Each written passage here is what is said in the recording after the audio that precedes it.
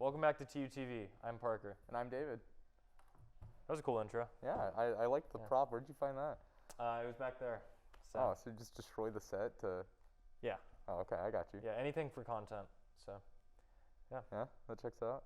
Yeah. Have you met Goldie yet? I saw Goldie. I also have a plushie of Goldie, but I have not pet Goldie yet. Have you pet your plushie? I mean, I keep it in my car. I haven't pet it, no, not per se. Oh, okay.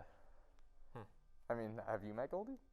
No, I've seen Goldie as well. I was walking with one of my professors, and he saw Goldie and immediately ended the conversation we were having for the sake of petting Goldie, and I cannot blame him. So yeah. I don't know. Might be too soon, you know. I've still got pain from the last Goldie, you know. Yeah, I mean, still there in spirit, you know. I mean, Goldie's Goldie. I mean, same name, essentially same dog, right? Yeah, exactly. Yeah. So we have a good show today. Hope you enjoy.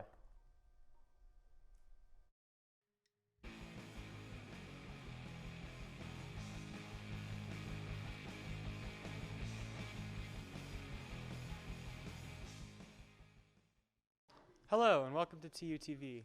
I'm Caden Ketcher. I'm Christopher Topoma. We've got some exciting stories this week, so let's get right into them. A filing that took place last Friday shows that Elon Musk sold another 1.2 million shares of Tesla stock on Friday, at an average of $1,030 a share. The sale took place after Musk had sold shares earlier in the week, as well making his total sales for the week $6.9 billion. The sale comes as a shock to many, as Musk has not sold any of his stock of Tesla since 2016. After the sale, Musk keeps his spot as the world's wealthiest person, with a net worth estimated by Bloomberg as $294 billion. Tesla is still listed as the most valuable automaker in the world. A gun battle between rival gangs that took place in an Ecuadorian prison this past Saturday left approximately 68 inmates dead. Governor Pablo Arosemena of Guayas province, where Guayaquil prison is located, stated in an interview that inmates, quote, tried to dynamite a wall to get into Pavilion 2 to carry out a massacre, end quote. Authorities in Ecuador say that aside from overcrowding, a major problem is the access inmates have to security-owned guns, sometimes high caliber, and ammunition. Maritza Vera, whose son is an inmate, said the situation is making the families of inmates desperate.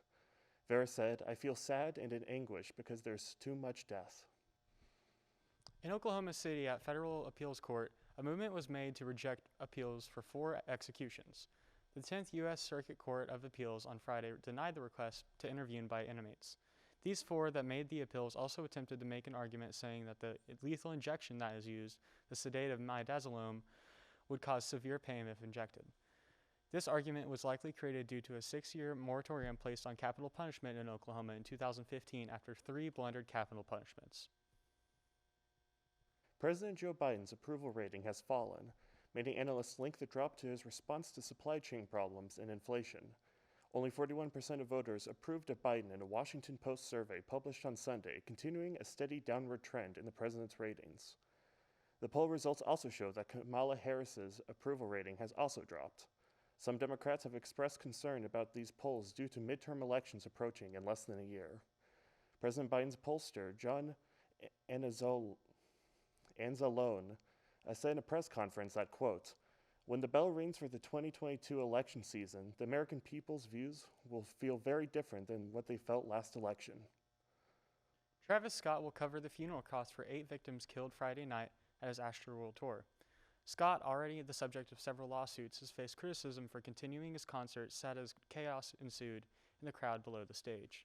One of these lawsuits stated that during the concert in question, quote, an inevitable and predictable result was to occur, end quote. Drake, who has collaborated with Scott on a number of songs, is also facing legal troubles as he was a surprise performer for the event and has also been blamed for some for inciting the crowd.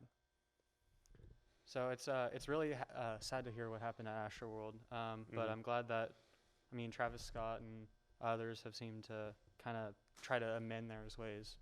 I mean, it is nice to see they're taking at least a little responsibility for Yeah. other actions. Yeah, definitely. Do you think it'll be enough, though? I'm not sure. I think, especially after COVID, people were just going wild, There's not much they could have done, in my opinion, but I think that's all we have for this week. Okay, stay safe.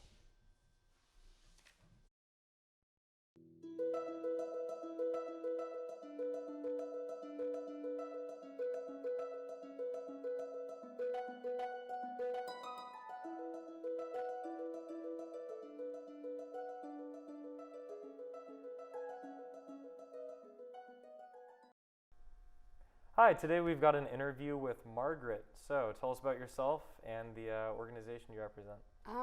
So I'm a junior here at TU. I'm from Oklahoma City. I'm a double major in arts management and German with a minor in museum studies. And right now I'm here representing the Alexander Hogue Gallery as a gallery intern. Okay, awesome. So as the gallery intern, what's kind of your role in the gallery? Just kind of general support with the projects that we do. Most specifically, this semester, we just had a gallery opening for our latest exhibition, Woven Together by Cedric Huckabee. So I did a lot of kind of assisting with that as far as the prep work goes. I created the labels in the gallery. So if you go in there and you're like, man, those are some nice labels, that was me. And then also helping with the reception. So every time we have a gallery opening, we do a artist talk. The artist comes in, tells us a little bit about their work and the exhibition, and then we have a reception afterwards with snacks and drinks where you can go view the gallery and chat with the artist. Okay, So, cool. Yeah. What kind of art can a person expect to be at the exhibit right now? So right now it's all paintings. So this exhibition is with our Ruth Mayo Memorial Fund, and that funds specifically professional artists that paint. So right now it's all paintings. There is a giant painting of a quilt, which is really cool. Huh. And then there's one that it's all one work, but it's made up of 101 smaller works. Cool. Yeah. Dang, okay. Yeah. And then, so what was it like bringing that to TU?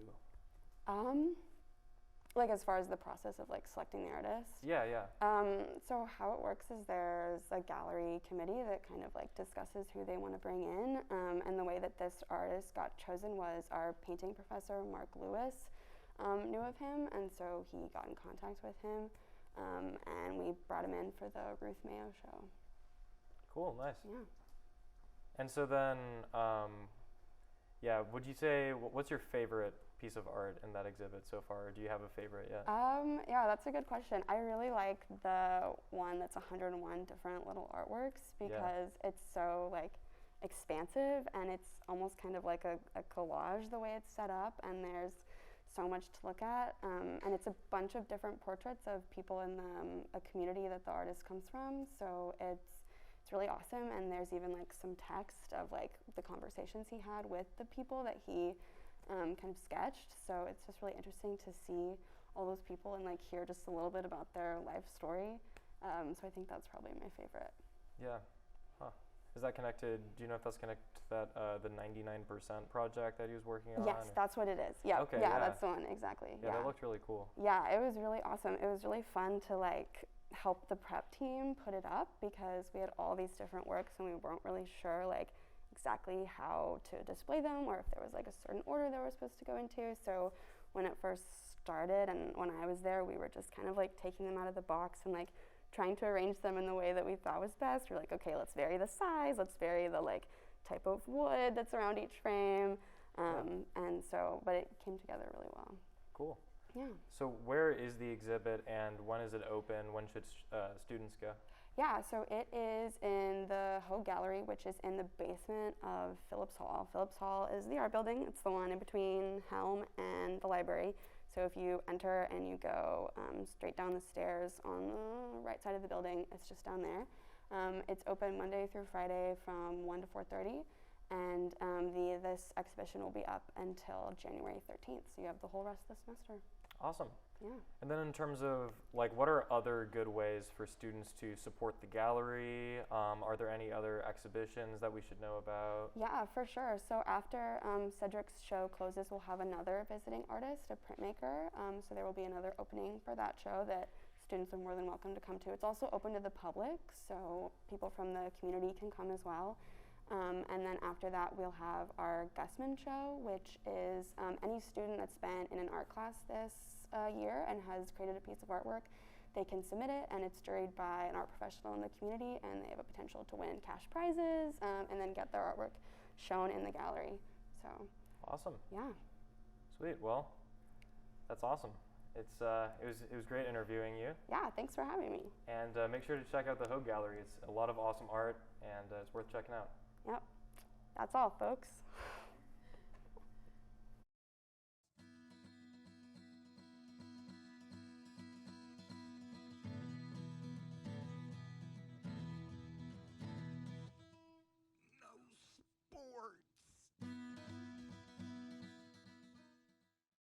Tulsa football won at Tulane 20-13 in overtime last Saturday. Going into the game, TU was 3-6 and needed to win the rest of their games of the season to become bowl eligible. Tulsa shut out Tulane in the first quarter and held a 13-3 lead at the start of the second half. Neither team was able to score in the third quarter, but Tulane rallied to score 10 points in the fourth quarter and tied the game 13-13 with 1 minute 10 left in the game when Margaret Glover made a 23-yard field goal. Tulane missed a game-winning field goal at the end of the regulation to send the game to overtime. Tulsa scored a touchdown in overtime, then forced a turnover on downs to seal the 20-13 win. Tulsa will continue their quest for bowl eligibility this Saturday at Temple. Tulsa men's soccer won the AAC championship when they beat UCF 2-1 last Sunday. TU earned a spot in the Lyon championship with a 2-0 victory over SMU in the semifinal last Thursday.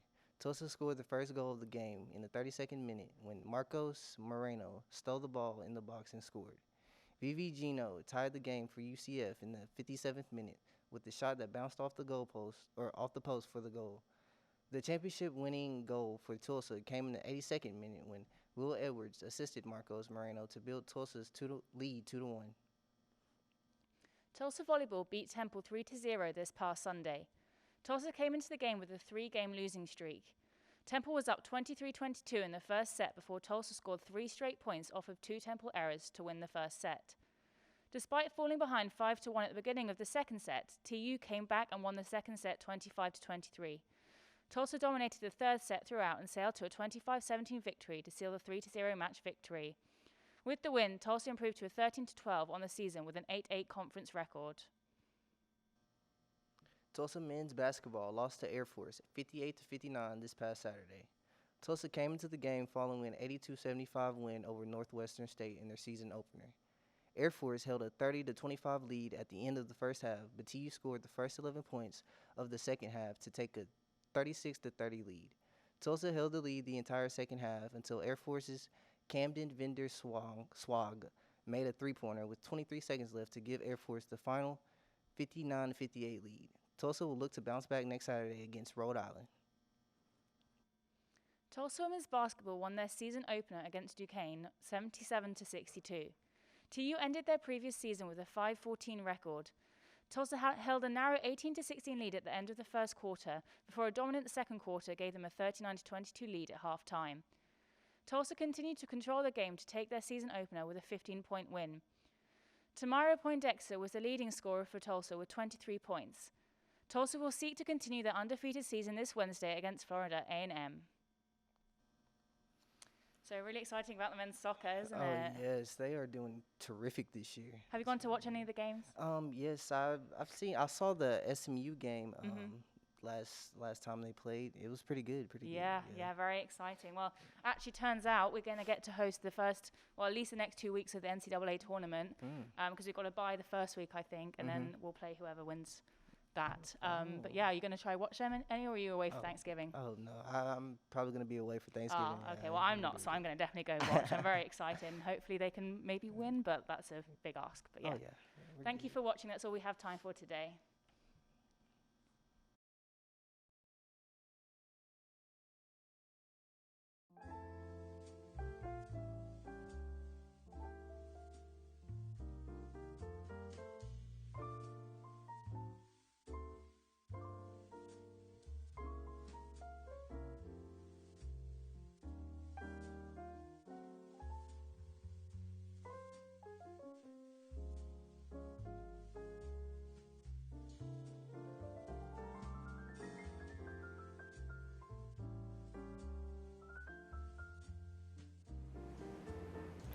I love November.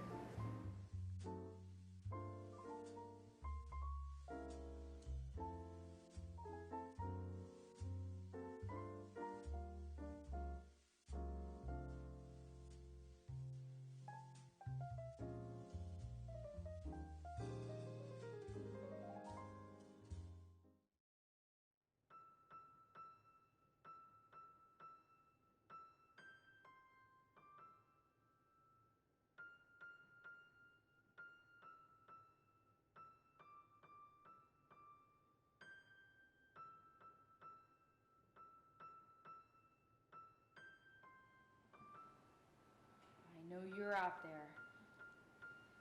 It's not time yet. It's not even Thanksgiving.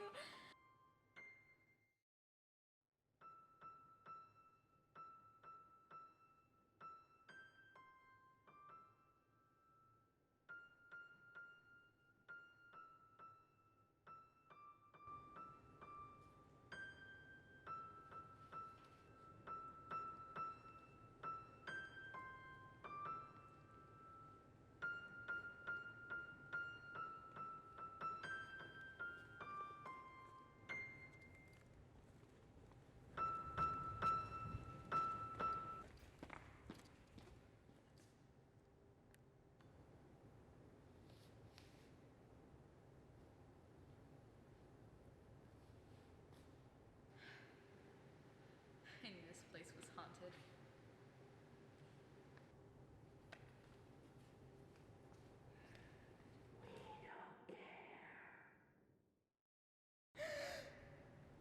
Merry Christmas, buddy boy. You better watch out.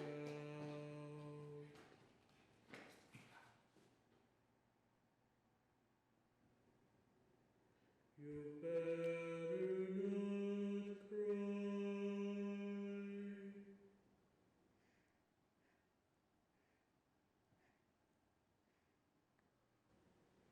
You better not pout, I'm telling you.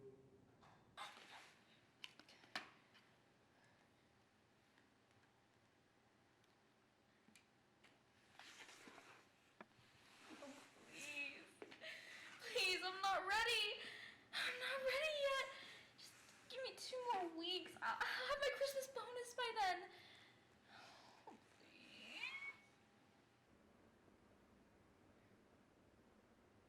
Santa Claus is coming to town!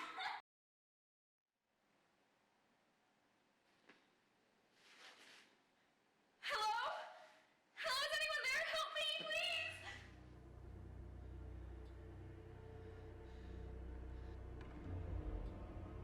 Wait, please, no. Anybody? Anybody help me, please?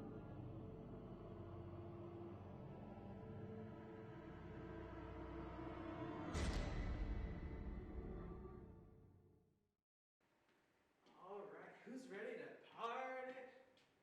What are you doing? Run! Get away while you can! The Christmas spirit's already here! Run! Merry Christmas!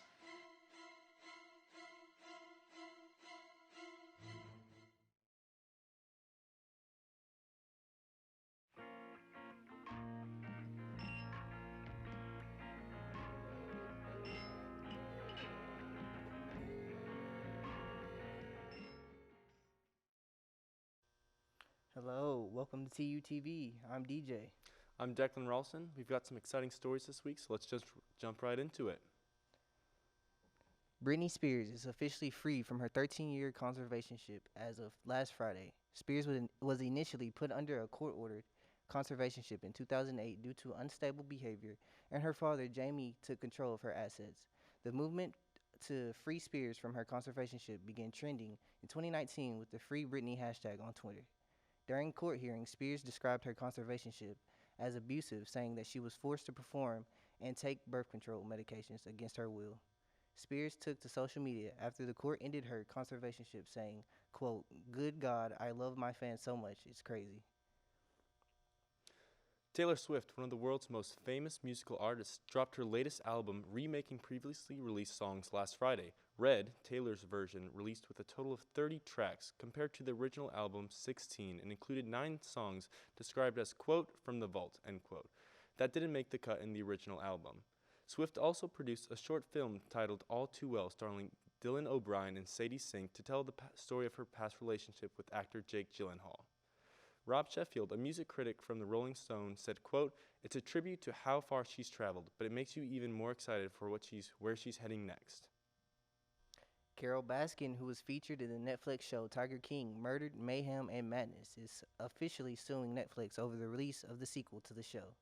The sequel to Tiger King, which is set for release November 17th, is centered in the lawsuit as it contains interview footage of Baskin.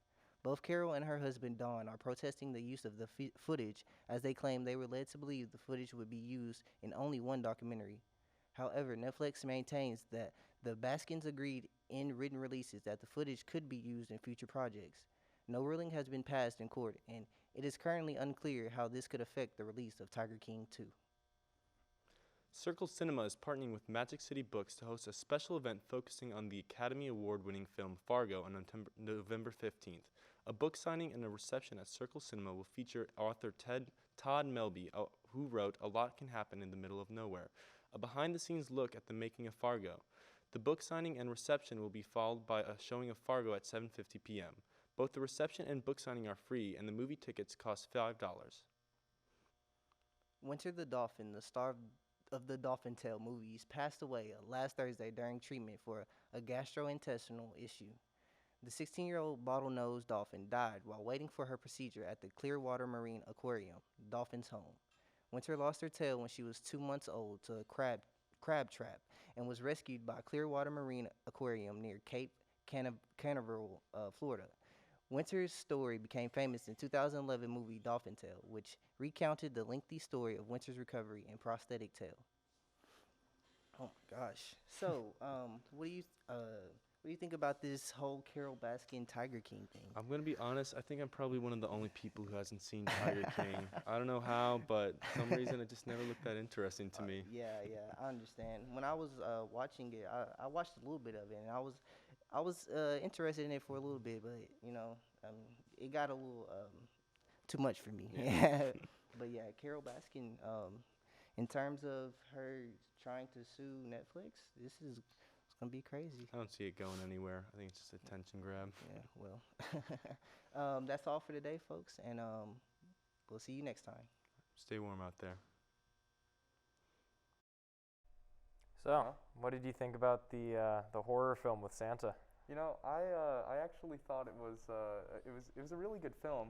First off, but secondly, I think there was a deeper context. You know, the invasion of Christmas coming on to Thanksgiving. You know, every time we see end of November, people are beginning of November, they're putting their lights up. You know, and you know, there's not even anything out for Thanksgiving. It's always Christmas first. So I feel like that's just like a deeper meaning. That's what I got out of it, at least for me. But what about you? No, I agree that does seem like a pretty fundamental, frequent conversation every year. You know, you know, how soon is too soon?